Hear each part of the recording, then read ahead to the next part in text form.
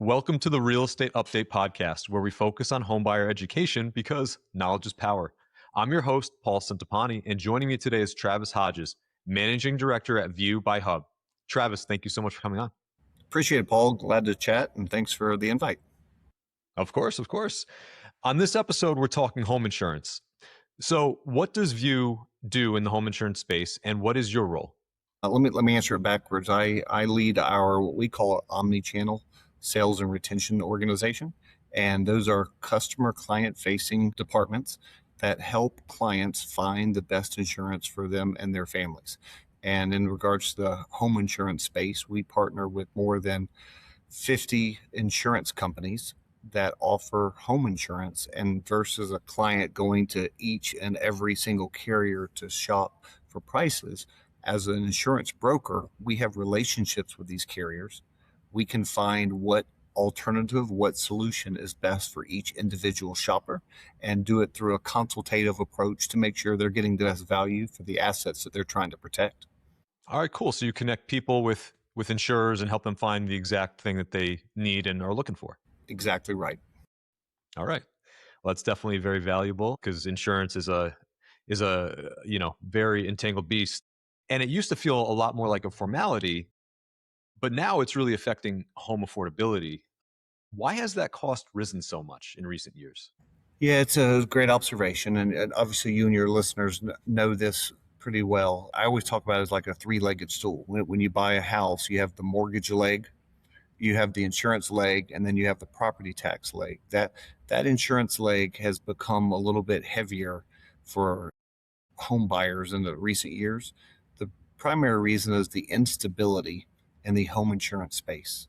So what has happened with climate changes has made a lot of the risk and the losses a lot more unpredictable. Most of insurance pricing is built on predictability and knowing how often an event will happen.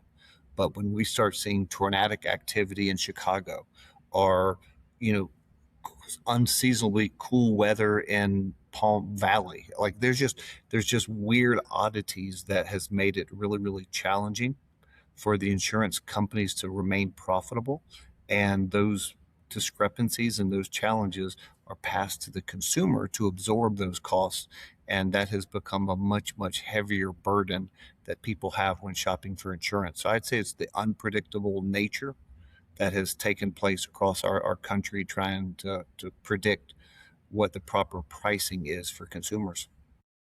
Yeah, the climate crisis is a very real and serious thing. And now we're feeling the effects of it. And it's only going to get worse if we don't stop it. It is, Paul. If I could add one more element, the climate is certainly one angle of it. The other part of it is that things economically, whether it's supply chain, whether it's inflationary pressure, whether it's home values. Think about anybody that's owned a home since the pandemic. The value of your home is not the same as it was pre-pandemic. So everything has changed at such an accelerated pace. The insurance companies are trying to keep up with those inflationary pressures as well as all the climate risk that we face. And unfortunately, when you combine those variables, it makes buying an insurance policy more expensive for the consumer. Yeah, and the consumers keeping up with all the other inflationary pressures that they face. And are there places now that are completely uninsurable? I don't think there's any place that's uninsurable. There are places that are certainly challenged. And there are places that you and your listeners would recognize. Obviously, the closer you are to the coast becomes a much greater challenge. There are usually some type of insurance carriers, now you're going to pay for the risk, that will provide protection. And some markets that we have, like California or in Florida, the state government intervenes and has a state-funded insurance department that can help consumers. If you can't find insurance on the open market, if it truly is what you're trying to insure is uninsurable, then the state has respective departments that can help and provide protection for residents in each respective state. Okay, okay, so you do have a fallback option if you can't find anything on your own. Correct. Now, can insurance impact whether or not you qualify for a mortgage?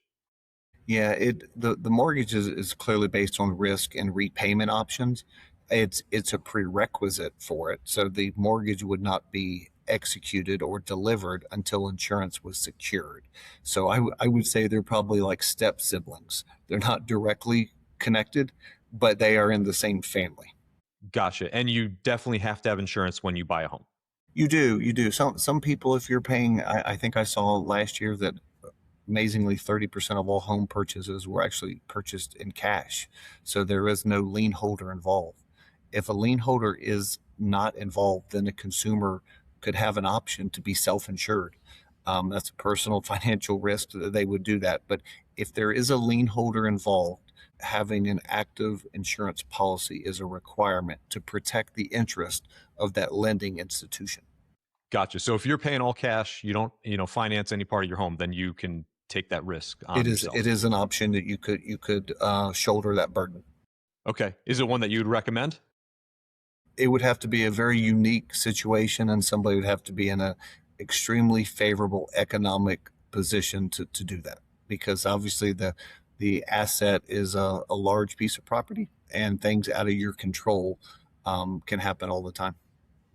What are some things you want to look for with a property, with the house itself, that can make insurance expensive now or in the future? Yeah, well, probably one of the items, and if you just think about it, about your physical house, the one item that protects the entire house is the roof. And you have to start with the roof. So the age of the roof is a major part of the insurability of that particular residence. So if somebody is shopping and looking for an older house, I would always start there. And then that can also be part of the negotiations at closing, is that does the seller offer an incentive to replace the roof or give you money towards a replacement roof? Because the older the roof, the consumer is going to have a harder time finding a viable insurance option. And if you do, you're going to pay for that option with a much higher premium. The roof is the biggest one. Again, it's obvious, it covers the whole dwelling. The other things are proximity to hazards like water, that whether it be a river or an ocean, wildfire community. So I'd say candidly, it's probably the roof, no matter where you live, and the second one's probably your zip code. Now, you definitely want to avoid any coverage gaps. So, how can a regular person know what types of insurance they need and how much coverage is appropriate?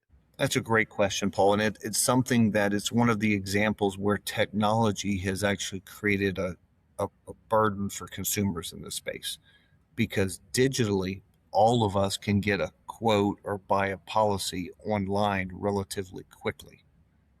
Unfortunately, not many people who shop are insurance professionals. So sometimes people trade speed and quickness with protection. And that's one of the things that we try to balance, is that we want to give you the speed and the digital access to a lot of options, but we want to complement it through consultative selling to make sure the buyer knows what you're getting, because the average consumer would not know the difference between replacement cost or actual cash value. And those are major policy discrepancies that are available to people. But if there is a claim that happens, the impact is tremendous, and no one would know if you were just shopping for price. Since we're here and you mentioned it, can you explain the difference between those two things? Yeah, I'd be glad to, and I'll go back to my roof example. So if your policy has a replacement cost and there is damage to your roof that needs to be replaced, the insurance company will literally replace the roof with a brand new one. Actual cash value is that if your roof is damaged, it will determine the life expectancy of your roof. How old is your roof? And we'll pay you on that. So we'll just, for simple math, say the roof is 50% expired, and a new roof costs $20,000. The insurance company's going to pay you 10, and the other 10,000 is going to have to come out of your own pocket. So that's a challenge in it, and people don't understand the significance of that when they are purchasing or shopping for their policy at point of sale. And that's why we say, we utilize a broker. broker is consultative. A broker can help the consumer understand the nuances of policies that the average shopper shouldn't and is not expected to know. And they also have access to many other insurance companies. Because something else that Paul, that I'd want folks to understand, if someone's shopping for homeowner insurance, it's not the same price for the same property. A lot of people think that if I live at 123 Main Street, that all the national insurance companies would have relatively close to the same price for that same address. It's not even remotely true. What happens is just there are certain ebb and flows, and insurance companies where in some areas they want to grow, so their price for 123 Main Street would be lower because they want to attract more business. There are other times that a national carrier might say, hey, we have enough insurance in that area, so we're going to price it higher to deter folks from joining because we don't want to be oversaturated for the risk. So that's a misnomer, that they think if I just get one quote from one carrier, all of the carriers are going to be similar. That's the value of using a broker, because you can see which all options are available for the same address. That's a perfect segue because I was going to ask you next, what tips do you have for shopping? Yeah, the first one is if you don't want to invest the time and it's cumbersome, is that leverage a broker and let them do the shopping for you. Let them understand what you're trying to protect. Let them understand what's important to you, and let them see what insurance companies offer available to you. The other one is leveraging available discounts. People underestimate, they hear the price of insurance, but sometimes they don't tap into some of the biggest discounts that are available. So when people shop, a lot of times your home insurance and your auto insurance are renewed on different schedules. So people don't naturally think about putting them together with the same company. There are some insurance companies that will give you a 15-20% discount if you bundle your car and your home together. The problem is when we Oh yeah, shop. I've seen those commercials. Yeah, exactly. If you're paying attention, you've heard it. But when you shop, people tend to shop independently. I'm just going to shop for home. I'm just going to shop for auto. So I would say find a broker is the first recommendation that can truly look and find the best option for you and your family. I didn't say the cheapest price. It's the best option. Somebody might need the cheapest price, but it's usually the best value. And the other one is don't forget about bundling your insurance needs together. The insurance company offers discounts available to shoppers who do that. Okay. Very cool. That is good advice to know. And can you negotiate your home insurance like similar to when you negotiate mortgage rates? You get multiple options. You try to leverage those against each other. I would say, fortunately, you cannot, and the insurance rates are agreed to between the insurance company and every single state's Department of Insurance. So a certain insurance company can't have one rate for Paul and one rate for somewhere else. It's the same rate. Now, your eligibility for discounts is what can make the price fluctuate a little bit, but it's not negotiable. It's more about eligibility. So you got to check certain boxes to get certain rates. You do, and I mentioned the bundling, but there's also like fire protection discounts. There's also, advanced quote discounts. So if you don't need insurance like till 60 days, a company might give you discounts there. Those are all discounts that have been approved and don't require any negotiation on the behalf of the shopper. Okay. And insurance is one of those things that gives a lot of people agita, and everyone has heard horror stories, right?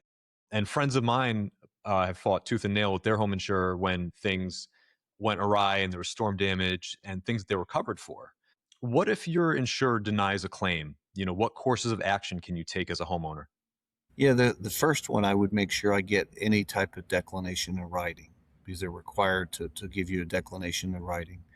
That is also another benefit of utilizing a professional insurance broker, because they become an advocate for you, where if you went independently, it's just between you and the insurance company.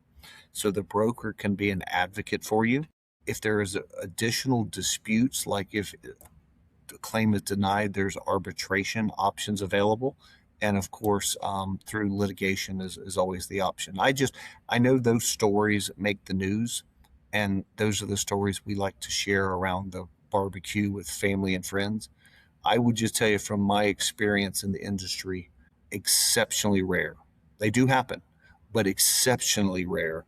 The insurance companies are not designed to create bad experiences, and they're designed to create contractual experiences. And in most cases, that's usually what happens. And then, Travis, my last question for you: what is the top advice you'd give to first-time home buyers right now? The best advice, or the most important advice, is just to literally shop for insurance the same way you shop for a mortgage provider. Don't take the mortgage professional's friend that's in the industry. Don't just go to somebody that maybe your parents had. I think they would be surprised at the implications of shopping around, leveraging a broker, and that savings can be several $100s a month when you look at it annualized. And then a shopper might say, well, man, if I'm saving $200 with my home insurance, I might be able to afford a nicer house or to increase more options. So I just wouldn't take it. I would put as much energy in shopping for insurance as you did for shopping for your mortgage rate. Okay. I mean, yeah, I'm not arguing with that. A couple $100s a month. Oh, I'm not going to terrific fight about savings. that one. Terrific savings. And Yeah. again, it Yeah. just becomes we all need help in the budget game, and whether that pays for milk and eggs, or it pays off your mortgage earlier, or it allows you to buy a larger home than you intended. Those are nice options for a consumer to have. Yeah. Those are great options. Travis, thank you so much for lending us your insights. This was great. I enjoyed it, Paul. It was nice to chat, and thanks for the time.